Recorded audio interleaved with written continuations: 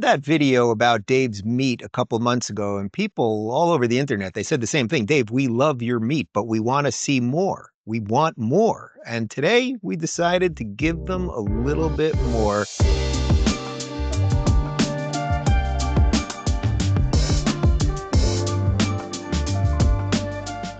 That's right. These are Dave's 10 staples. These are actually the 10 staples in my diet, pretty much the things that are getting into one way or another every meal that I eat. And people have been commenting on the glow up. I'm at the lowest weight I've been in 6 years doing my thing. I'm out there. It's also a function of just sweating in the Florida summers. But I want to just go through quickly some of the things that I'm doing because I'm just trying to eat. I'm not crazy about dieting, as I've told you guys. It's nice and simple and clean and basically all whole foods, nothing boxed and that kind of stuff.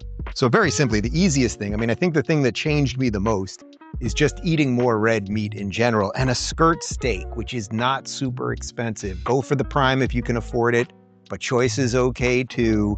A skirt steak, you cannot screw it up. It's gonna be thin and juicy and there's enough fat in there that I promise you, you're not gonna burn it, you're not gonna overcook it. Bake it for 450, 16 minutes, let it sit for 5 minutes. You have an absolutely juicy steak. And of course, if you're doing that, one of my main staples, and I'm not sponsored by any of these brands. I'm not asking for sponsorships or anything else. I'm just telling you what I'm buying over here. Get a good salt and pepper blend, nice coarse salt and pepper. Coarse is the key. You don't want just fine, kind of feathery, dusty salt and pepper. You want coarse salt and pepper. It'll give you a nice crust and a nice char on that. So salt and pepper, which I do on steak, but I do on pretty much everything else. Then I mentioned to you guys, and this was a little controversial when I mentioned it last time, chicken thighs. People think about the breasts, but I want you to think about the thighs, okay? I know people like the breasts, but I want you to think about the thigh and focus on the thigh a little bit more. Thighs are a little juicier. You can cook them a little bit longer and you're not gonna dry them out. Is there anything worse other than a Democrat than dry chicken? No, obviously. You are not gonna dry this out. I'm telling you, if you got an air fryer, get yourself an air fryer. What are we talking about? Preheat it to about 390 for like 3 minutes.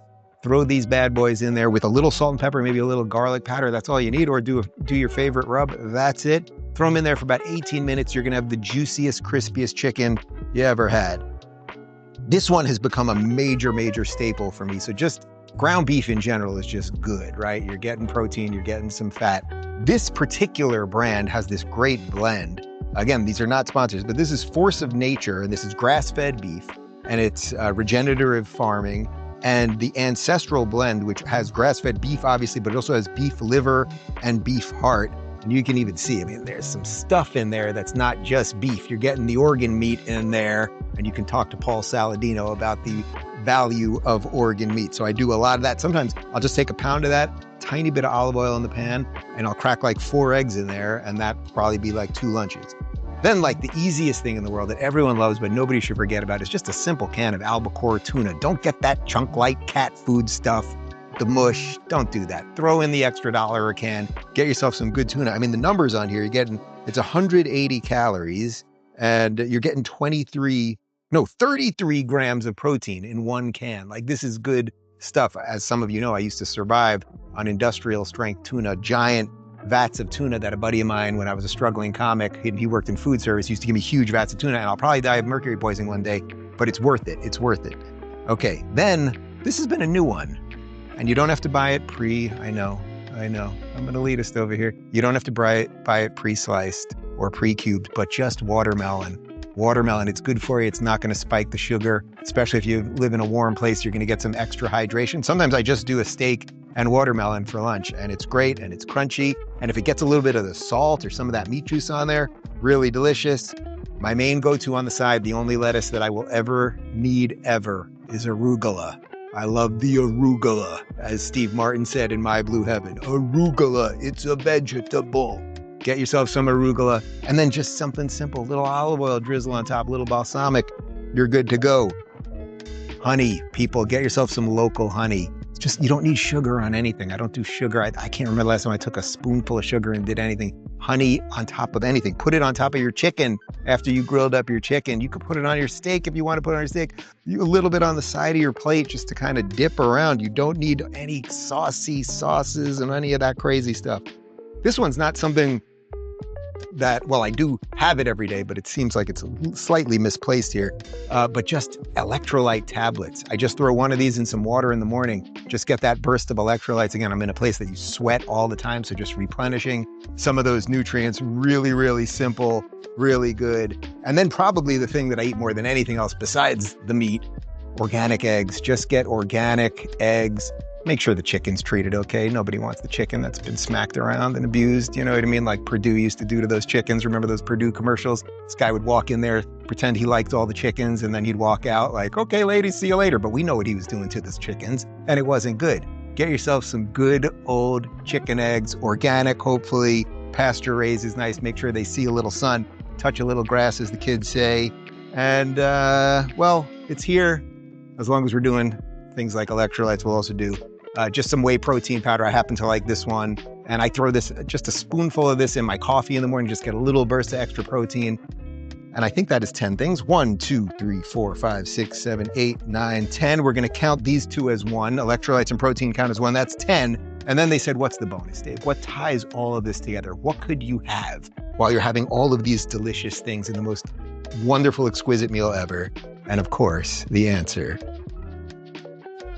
is copal.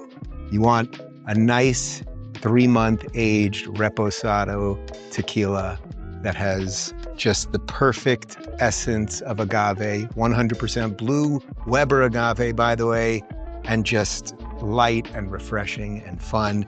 And if you do all of these things for a series of weeks, you could be just like me. Goodbye. All right, guys, we got a bonus for you because the number one question I get is, Dave, how do I make eggs? And I thought, let me show the people how to make eggs. There actually is a little bit of a trick to it, and we're gonna throw in a little bonus thing besides just the eggs. Eggs, you cannot eat too many eggs. I don't care what your doctor says. I'm not a doctor. Trust me, don't trust me. I just don't think anyone can eat too many eggs. Eggs is the perfect food. They really are. So what do? You're gonna take a little grass-fed butter. Nice and simple. Leave that butter out, by the way. There's no need to keep the butter in the fridge. Let it get going. I like a low heat on almost everything. Like, where are you going? Are you in such a rush? Slow down on the heat. Let's let that butter go for a little bit. And then I've got 3 pasture-raised organic eggs. These chickens that laid these eggs, these were happy, happy chickens right until the end, where it didn't end well, but it usually doesn't end well for most of us, okay? We're gonna get that butter going. Nice and easy. And you could do a little pan like this just for 3 eggs. And super easy. Just gonna crack 3 eggs. And if you get a good egg, I mean, you really can tell the color of the yolk is just so much nicer, so much either a yellow or an orange. It's just richer. You can do that nice and easy. And here's the secret, guys. If you want just like a little bit of extra protein and you want a nice creamy scrambled egg, look at this. 1 scoop. Cottage cheese. I went with low-fat cottage cheese right there. Get them in there. You got your low heat going. I like a wooden spoon, like I'm a good Amish guy. And we're just gonna mix a little bit every now and again, get those yolks broken. I like when it's kind of a little bit messy, actually. I don't like my eggs to be totally uniform, so I don't mind a little bit of a Rorschach going in there. And you let that go for maybe 2-3 minutes, and you're gonna have delicious, moist, creamy, fluffy, other adjective eggs. And I definitely invented this method, so make sure everyone on Instagram knows that when you see all these other people that put cottage cheese in eggs, you know what I'm talking about, or used butter for the pan, and boom, look at that. You got cheesy, moist, delicious huevos, as we say down here in Miami. Right on the plate. You don't even need salt and pepper, just nothing. That cottage cheese gives it some flavor, and the flavor of fresh eggs, nothing's better. Do they have taste-o-vision on this thing yet? Let's go. Not good. End communication.